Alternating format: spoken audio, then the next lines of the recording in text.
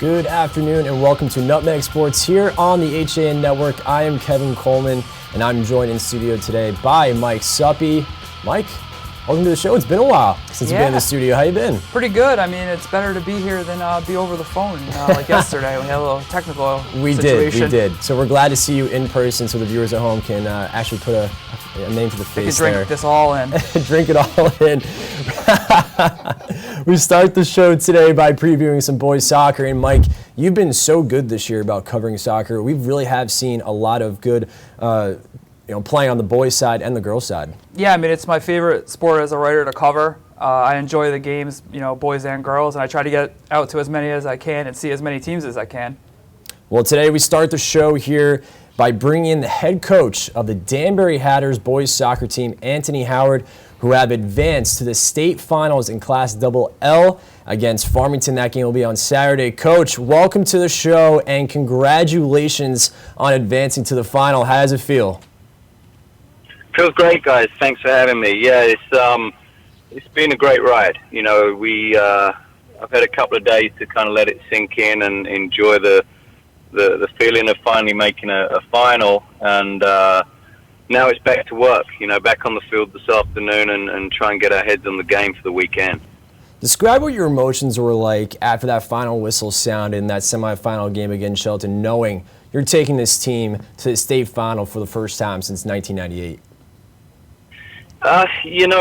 These boys actually, they're not good for my blood pressure, Kevin. They, it's not a game, or we don't play in a way that we for me, I feel comfortable really until that final whistle goes, or at least we maybe get a bit of a 2-goal lead, late on. And we seem to have a knack of making games very exciting. So when the final whistles have been blown against Trumbull and against Hall and against Shelton, it's a huge relief, because I haven't been able to relax for any period of any game really in the last couple of weeks. So feel exhausted, feel excited, feel happy, feel proud of the boys. But certainly, as I say, my blood pressure is a bit worrying towards the end of the games, that's for sure.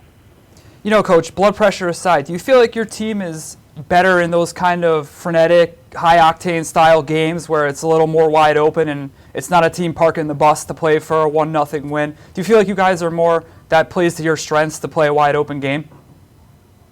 Yeah, well, to be honest, because it's my first year at the school, and in my previous 10 years at New Milford and wherever else, I'm actually a very defensive coach. I like to kind of build a nice, solid foundation, which I tried to do early on with our guys. But I've learned, we've been around the players and looking at the squad I've got, that there's a lot of very attacking players, even defensively. Our whole defense has really been restructured this year, and if you go across that back line, actually Edwin Rosano was playing midfield last year, Felipe Alves was a centre forward, Tyler Warren's a freshman. It's a new back four, and even those guys kind of actually in training and in practice and in games, they like to attack. So rather than kind of fight it, and after we kind of got a little beat up in the season by Trumbull and Greenwich, we really started, or myself as a coach, tried to really embrace the attacking aspect of our game and thought, you know what, I think it's the best way we can go about games is really try and outscore and be creative and be positive and go forward. And with these guys, it's hard to pull the reins on them a little bit. I'll give you an example. The Shelton game, we're 3-2 up with 5 minutes to play. Chris Sari gets the ball on the left-hand side. I screamed at him just to run it into the corner to run timeout. What did he do? He ran through 4 players and put it in the top corner. I looked at my assistant and went, I could bang my head against a brick wall, or I could enjoy it. So I kind of smile and move on. Well, you talked about how much of a defensive coach you are, and your defense has really stepped up this year, especially in those first 2 rounds.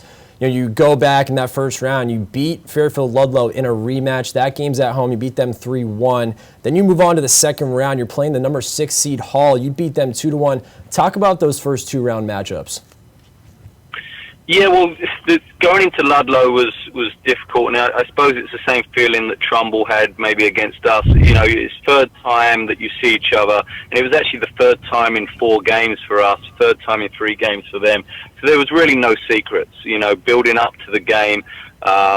We felt confident that we had enough to get through Ludlow and play our game.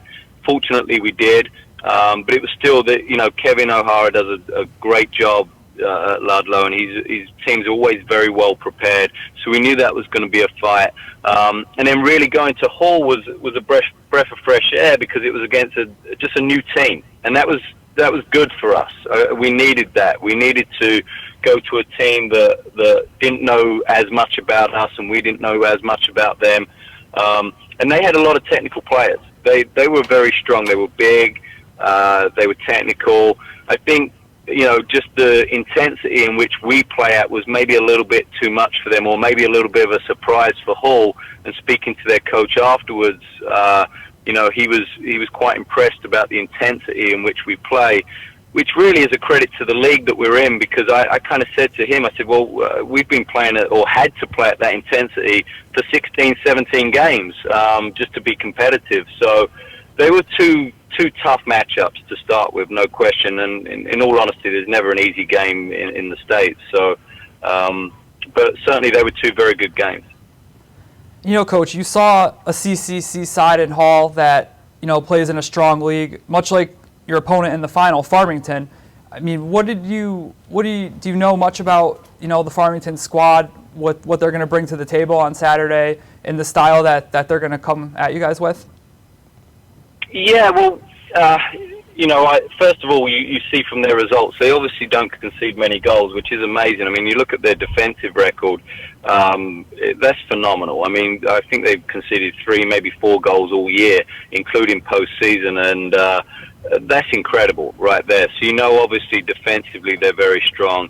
Offensively, we know a little bit about them. We know, you know, the 2 brothers up front, and we know they like to get it to them as soon as they can. I think, you know, it's going to be a little bit of a contrast in styles maybe between the 2 teams.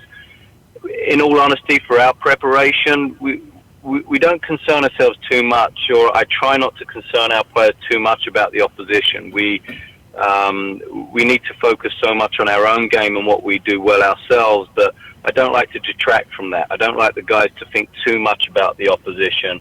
So, you know, we've talked about it, and we will talk about it a little bit tonight about, you know, how we see them playing, how we see them going about. I've seen a couple of videos and highlights and stuff from their season, so we have an idea of what to expect. But ultimately, we've just got to focus on our own game and do what we do best to give us the best chance we can. Coach, talk about the effort that David Mullen-Theo has done with you guys so far. Talk about what he means to this team. Well, he's had a great season in general, and you know, probably didn't get the attention he deserved maybe from the league, but he was new into the team this year. He was a transfer from another school, but as you know, Kevin, being in a team, you need to have confidence in your goalkeeper, and that confidence resonates through the team. And he certainly gave us some confidence that, you know what, you're going to give up opportunities to the other team, especially at this level, especially against good teams.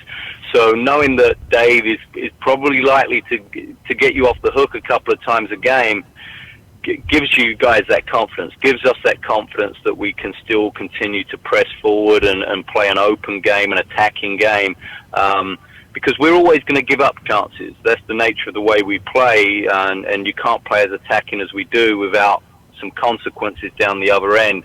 But Dave's come up big in the last couple of games, and yeah, Shelton, Trumbull, he made 3, 4, 5 spectacular saves in both them games, and he's been excellent. Coach, what is the biggest thing you guys are going to have to do against Farmington in that game on Saturday? The biggest thing we're going to have to do is trying to find a way to break them down. I think that's where teams have struggled against them this year. You know, you even look at the state tournament so far; they're yet to concede a goal. That's the biggest message that we're going to be putting out there. And we can't win this thing unless we score. I mean, yeah, you can be co-champions with a 0-0 tie, I suppose, but you've got to score goals to win games. So the biggest thing that we're going to be talking about in the next couple of days is how we create opportunities, how we take our opportunities, and really install the team with as much confidence as we can. If you can score 4 goals against Trumbull and Shelton, you can probably score goals against anybody. So that's the biggest thing we have to do. We have to get opportunities, and we have to take them.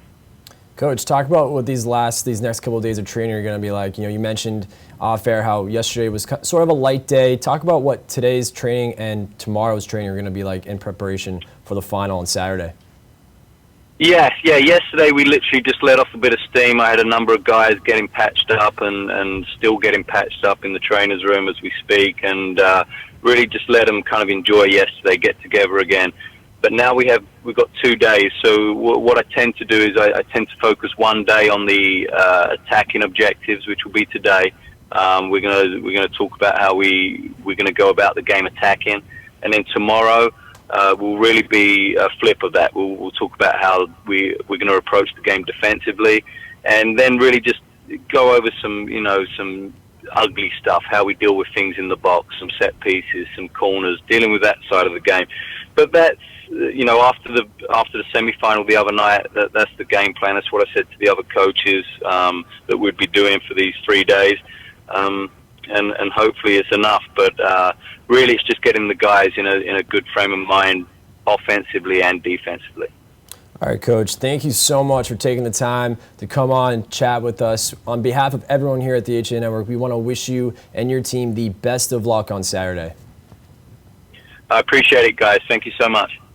That was Coach Anthony Howard of the Danbury Hatters boys soccer team. We want to wish him the best of luck. We're going to take a quick break, but when we come back, Mike and I will return. We'll preview the boys and girls soccer finals out on Saturday. 1, 2, 3, Abby, I want to find out how good I am. Yes, sir! If you relax, you get blown out. Let's get it done! Let's get it done! What can you take advantage of right now? Again, come on. I can push myself way beyond what you think. Pressure technique. Bring it back.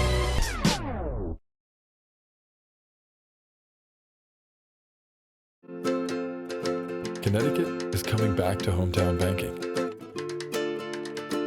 To a partner that makes small businesses feel big. Where community comes first. Where high-tech tools go hand in hand with a human touch. Where you get the know-how only neighbors can deliver. Where saving time is important too. It's time to expect more. It's time to bank well. Bank smart. Bank local. Bank well. Have a sports injury or a slip and fall that needs immediate care? Coastal Ortho Express Urgent Care gives you direct access to an orthopedic specialist fast, without an appointment. Biking, golf, tennis, soccer, whatever the sports injury is, sprain or fracture, Coastal Ortho Express can help. Coastal Ortho Express Urgent Care, open Monday through Saturday, now in 2 locations. The iPark building at 761 Main Avenue in Norwalk and 36 Old Kings Highway South in Darien. Or go to coastalorthoexpress.com, like them on Facebook. For unique and special holiday gifts, come to Touch of Sedona, a spiritual boutique located in the heart of Ridgefield, Connecticut. We have plenty of unique pieces, including Native American and equestrian jewelry, crystals, candles, incense, and books, as well as an ever-changing showcase of artists, intuitive practitioners, healers, and lots more. Happy holidays from Touch of Sedona, 452 Main Street in Ridgefield. Visit us today. Open 7 days a week. As you're getting back to your regular schedules, we're excited to get back to doing what we do best, offering you the freshest seasonal fare and all the ingredients for a healthy start to school. So shop Walter Stewart's for everything fresh, from A, apples to Z, zucchini, and from cotton candy grapes to back to nature all-natural snack bags. We save you time by stocking all of your favorite back-to-school essentials under one roof. Walter Stewart's Market, 229 Elm Street, or shop online at stewartsmarket.com.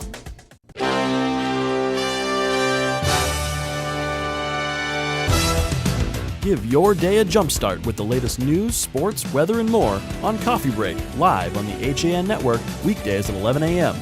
Connecticut news doesn't get any more local than on Coffee Break. And welcome back to Nutmeg Sports here on the HAN Network. I'm Kevin Coleman.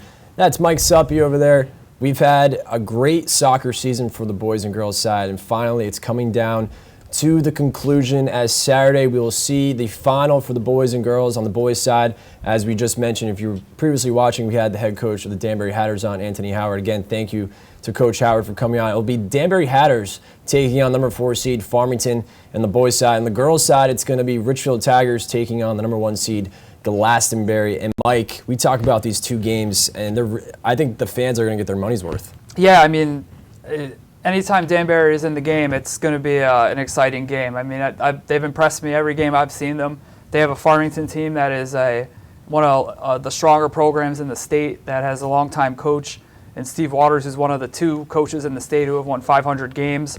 It's going to be you're going to get your money's worth, which is what Coach Howard said following the game against Shelton. You're going to get fair value for your money, and I totally agree with him there. And here's the graphic for the girls soccer championships. Of course, we just mentioned Class Double L. It'll be Glastonbury taking on Richfield. St. Joseph's, another team in the FCAC, they've made it to the Class L final. They'll take on Massac. Immaculate will take on Notre Dame Fairfield, and Old Lyme will take on Old Saybrook in Class S. Really just 4 matchups of great soccer. I mean, we go back to the boys game. Let's start with the Farmington Danbury team, just because we just had Coach Howard on. He spoke about how good Farmington, this team is, their 4 seed. This is a team that's seeking their 12th title. They've been to the title game 18 times. Talk about how good of a soccer program this team is. Oh, I mean, like I said, they're one of the classiest programs in the state. I mean, they've got a trophy case full of titles. Danbury's making their first state final since '98. It's going to be a team that expects to be there against a team that upset a lot of teams to get there. So it's going to be an interesting game, no doubt about it. We have a contrasting style matchup, which is always interesting to see. Again, I mean, if I wasn't covering one of the games, if I had to choose a game to go watch, it would be that one. Now, we talk about this game, and we know how Danbury, we've seen them a lot this year. They like to spread the ball wide, and that's how they put a lot of pace on their attack on the wide wings. Are we going to continue to see that, or is this a Farmington team that will shut down, maybe their left and right backs will shut down the wings? Again, it's going to be, like Coach Howard said, they're going to have to break Farmington down, whether it be through the air or on the ground. They're going to have to control possession and try to just hack away at that back four and get some shots on target and see what happens. I mean, one thing with Danbury, they have a lot of guys that can beat people with dribbles, which might be something that might give Farmington trouble, some one-on-one stuff, things like that. But again, I mean, they were able to get an early lead against Shelton, conceded a goal almost immediately afterward. So again, my thing is I always like the first goal is usually the good one to get in a big game like that. But they've proven to be the outlier with stuff like that at Danbury. And we've talked with you about how, you even mentioned it yesterday, how important it is to get that first goal. And sure enough, Danbury got that first goal the other night. And you're almost right on the score. You said 4-3, but the other way around. You said Shelton was going to win 4-3. And, of all your years covering soccer, especially in the FCAC, talk about how great of a game you were raving about this, Danbury-Shelton game. Just for the viewers at home that may have not have watched the game or, been able to see it, talk about that game. A lot of times in the tournament, you see teams playing to win in penalty kicks or win 1-0. This is a case of 2 teams that were playing to win the game and not playing not to lose it. They were, they're taking each other's, body blows in a boxing reference, taking shots from one another and just going back and forth for 80 minutes. And it's the kind of game you want to see. It's the kind of game that it looks like it was fun for the kids to play in. The crowd enjoyed it. And it wasn't one of these dour, 0-0 games that a team wins, 4-3 in penalty kicks. It was a game where both teams are out there doing what they do best. There was flair. There was some strong tackling. It had everything in a high school soccer game that you would want to see. Now, in this game, we're going to see, here's the boys' soccer championships, all four games here, of course. We just mentioned Class Double L will be Farmington versus Danbury. In Class L, it'll be Joel Barlow versus Daniel Hand. And, Mike, talk about these last 2, the M and the S. I mean, these are 2 good matchups themselves. Yeah, I mean, right there you got to take a look at Brookfield, a team that was one of the better sides in the SWC, and they've won the states, in these past couple of years. Yeah, I mean, the SWC is a top tier, top level soccer conference, and they have a lot of teams in the finals. Brookfield is a 1-loss team that goes into there against an Ellington team as an 18 seed that probably you look at, their path, see how they got there. They knocked off they beat a Windham Tech team in the second round. They knocked off Seymour High, which is a strong NVL team, in the first round, crushed them 5-0, which is not, Seymour High is not a team accustomed to losing by that kind of score line. They got a little bit of a break with the Windham Tech in the second round. Then they knocked off a 26th seed and then the third seed, Granby, to get their path to the final. Whereas, Brookfield won some close games. They got a 1-goal win over Lewis Mills. I think that's going to be a nip-tuck game as well. And that Class S final, that's another great matchup, Old Saybrook versus Coventry. Another good one. All of these matchups are so good. Yeah, it's going to be an exciting championship Saturday for sure. Old Saybrook had a tough 3-2 win over Notre Dame at Fairfield, another really good SWC team. And Coventry knocked off Valley Regional, who was coming in there with a solid record. They shut them out. So again, I can see that one being a high-scoring game. It's two teams that could put some goals on the board. Now back to this Farmington-Danbury game. We know that Farmington is without their starting keeper, separated his shoulder. Does that give the Hatters somewhat of a good advantage coming into this final? Yeah, definitely. This is not the ideal time to be losing your number one shirt. I know in high school around here, the goalies wear all different kinds of numbers, but typically that's the one shirt. Missing Jordan Siklik is going to be a tough break, literally and figuratively, for Farmington, because he's a top-tier keeper that got him this far in the tournament, and for him to miss this final, it's a tough break. And we talk about this girls' final. Ridgefield they've been continuing to play so well. They're streaking right now. This is a team that can't be stopped. FCI champions. Ever since the FCI championship game, they've looked unstoppable. Talk about this Tigers team. It's interesting, the terminology there, the can't be stopped. They're facing a team that literally hasn't been stopped in a couple years in Glastonbury. And, Ridgefield's not going to be afraid of taking on a team with a gaudy winning streak and a couple of state titles in a row under their belt. They're a fearless team, and they're going to go out and give it the best. But, if you look at what Glastonbury's done to some of the other FCIAC teams that they face in this tournament, it's a tall task for Ridgefield. Glastonbury, they have Caroline Boog, who is 31 goals, something like that this year. That's almost an unheard of amount of goal scoring in high school. It's going to be a tough task for them. They're going to have to, bring the A game and really probably put together their best effort of the season if they want to win this game. Well, you mentioned how they beat FCIAC teams in this tournament. In the quarterfinals, they beat Staples 6-2. In the semifinal, of course, as we mentioned, they beat Wilton, a number 13 seed, 2-0. And they come into this game against a Ridgefield team that really, again, has played so well up to this date. They started the tournament. They beat Suffield in the semifinal 2-0. I think a lot of people were surprised by that scoreline. I thought they were going to be a lot closer of a game. Yeah, one thing, just going back to that Glastonbury-Staples game, Staples actually had that down to, I believe, 3-2 at one point in the game. They were down 3-0 and scored 2 goals to get it into that. And that's the key. If you get Glastonbury, maybe make them try to play a close game. It's not something they've been accustomed to during this long winning streak. If you look, they beat a strong Shelton High team 7-0 in the second round, a team that has won state championships before, a strong SEC team. They took them apart there. And, just Ridgefield the same way. They've gotten some lopsided scores. They've only conceded 2 goals themselves during this tournament. So, but again, I think they're going to have to bring have their best effort of the season to, break this streak for Glastonbury. But, all win streaks come to an end. So maybe this is the time on Saturday. Are you giving Ridgefield a chance? I'll give them a chance, definitely. Okay. If, Wilton showed you can play a style that can maybe constrict Glastonbury a little bit and maybe take them out of the things that they like to do. But again, you look at these scorelines, they'd given up 2 goals all season, conceded going into that game against Staples. Wilton couldn't find a way to get one on the board, so Ridgefield's going to need to try to get the first things first, they got to get a goal in this game one way or the other. Well, we'll find out what happens. It's going to be awesome weekend filled with soccer finals. Mike, thank you very much for stopping by. No problem. I'll be back maybe to give a wrap-up on there after these games on Saturday. Now you heard it first, folks. We're going to take a quick break. When we come back, we're going to welcome Donald Eng into the show. We're going to talk to Dave Stewart, some field hockey, and some volleyball talk. We'll be right back here on Nutmeg Sports on the HAN Network.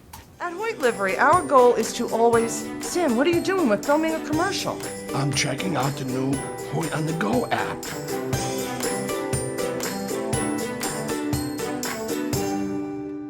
Hoyt's here!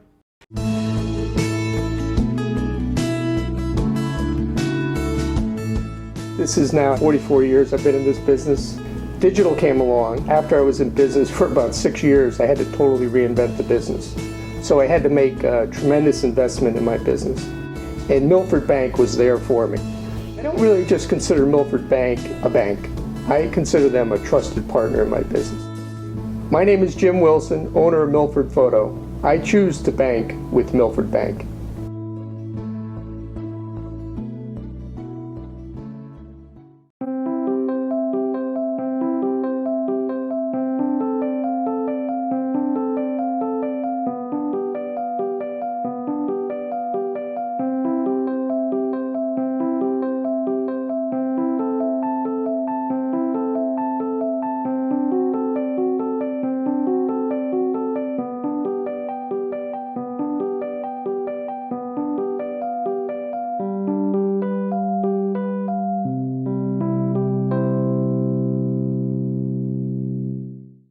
At In Sports Trumbull, the game is always on inside. Recently renovated and home to one of Connecticut's largest indoor turf fields, In Sports is a multi-sport recreation center providing state-of-the-art facilities for league play, camps, and youth programs. Sign up now for In Sports Passing and Receiving Positional November Soccer Clinic, scheduled for November 19th. Sessions are available for U13 to U14, U15 to U16, and U17 to U19. Featuring college coaches from around the region, this is your official home of Connecticut's Olympic Development Soccer Program. For more information, visit insportcenters.com. Hi, this is Leo Carl from Carl Chevrolet in New Canaan, and you've heard me talk about the Chevy Volt for years. The new model gets 53 miles on EV charge daily, plus 420-mile full range. But don't take my word for it. You need to come in and test drive the Volt yourself. Visit us at 261 Elm Street in New Canaan or online at carldirect.com. If you're watching this broadcast, you're not alone. The HAN Network is available for 200,000 Connecticut cable customers on the Frontier Network. And we've also reached 1.7 million viewers on our free live streaming sports, news, and entertainment broadcasts. To reach our rapidly growing audience, contact Advertising Director Jessica Murrin at 203-273-7312 or email jessica@han.network. Welcome back to Nutmeg Sports here on the HAN Network. Kevin Coleman here, and now I'm welcoming in Donald Eng. Don, how are we doing?